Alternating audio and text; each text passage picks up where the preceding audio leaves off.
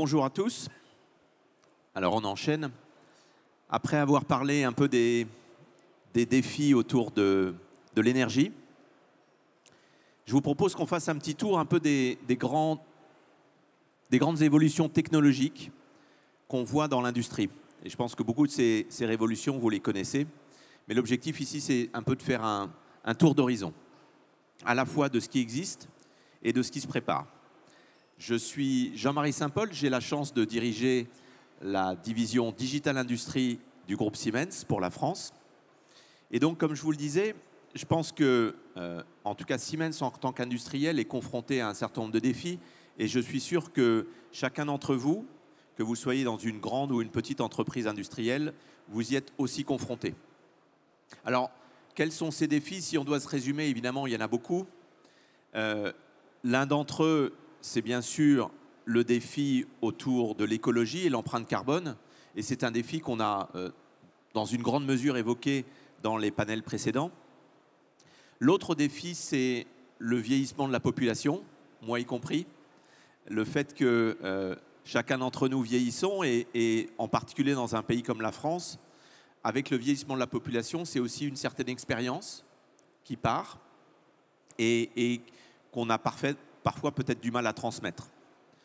Un troisième défi, c'est ces changements qui sont dus, entre autres, à des mouvements dans les écosystèmes et d'un point de vue géopolitique, qui amènent à cette fameuse approche qu'on appelle glocalisation, cette idée qu'il faut, en tant que chef d'entreprise, penser global, parce que finalement, on est dans un monde qui est très connecté et ce qui se passe chez nous est très fortement impacté par l'extérieur.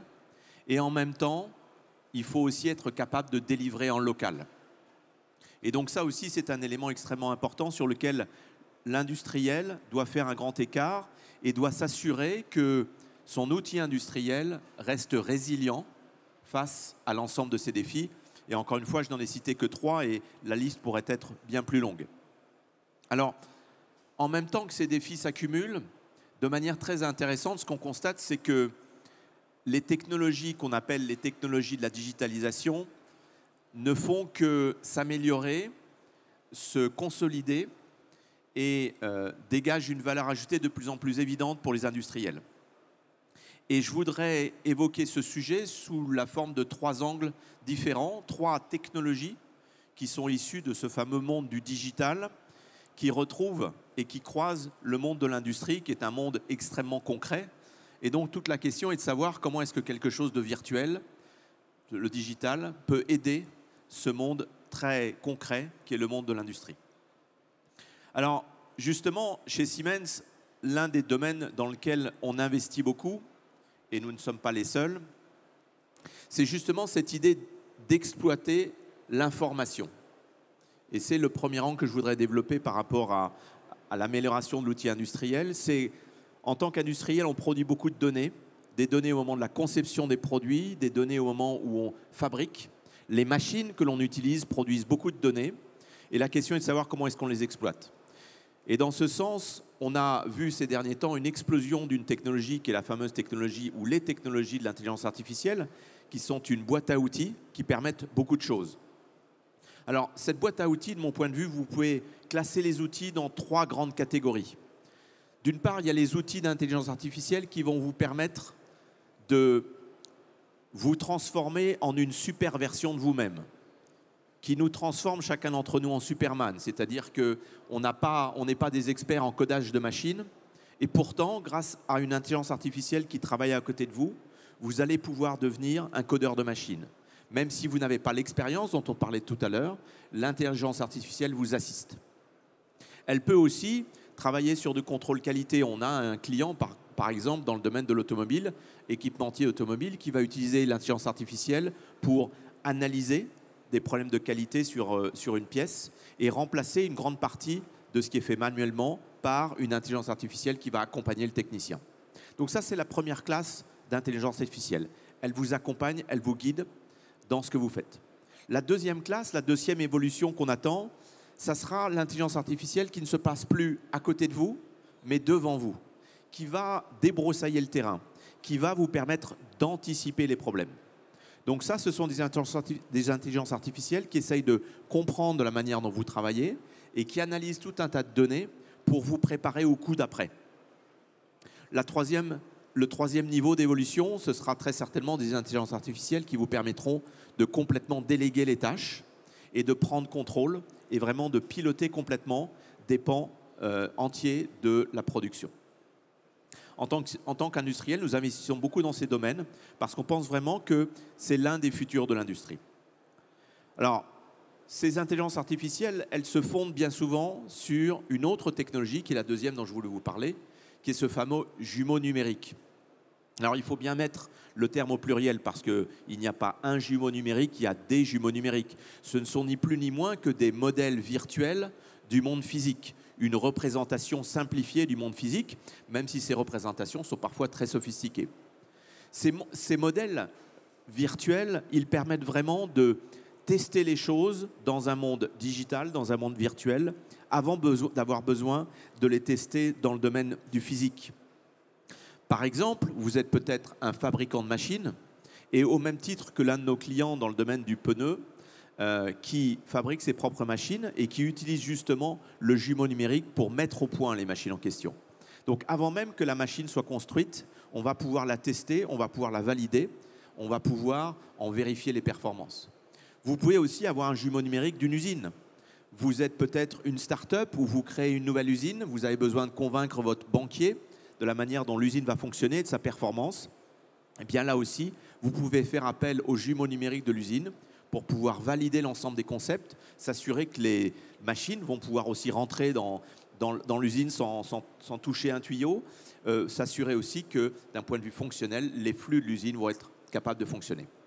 Et ces technologies-là du jumeau numérique vont continuer à évoluer.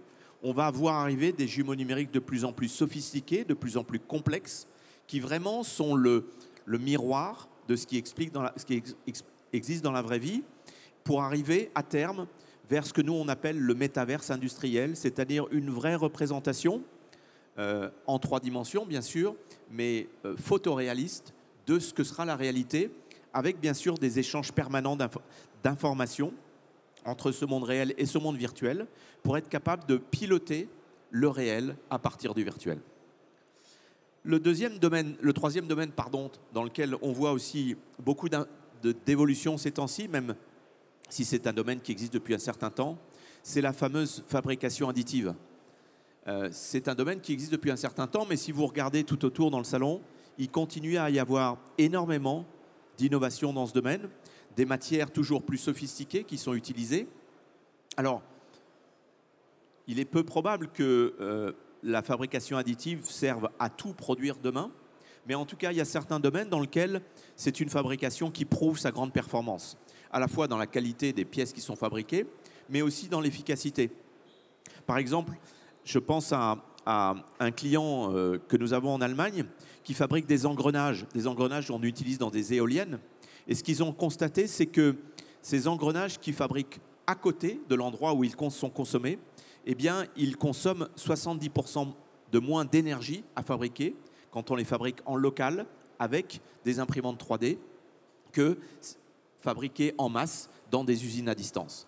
Parce que de plus en plus demain, on va devoir justement être capable de tracer l'ensemble de l'empreinte carbone de ce qu'on va produire de bout en bout. Ce genre de technologie-là, qui vous permet vraiment de produire au plus près, en local, sont aussi des technologies qui ne font qu'avancer et augmenter en termes de valeur. Pour terminer, parce que le temps tourne, j'en arrive à la 4e technologie que j'ai sélectionnée cet après-midi pour vous parler un petit peu d'innovation. C'est la technologie de la connexion. Et je pense ici particulièrement à la fameuse technologie de la 5G industrielle. Ça aussi, c'est un domaine dont on entend parler depuis un certain temps, qu'on a encore du mal à voir apparaître.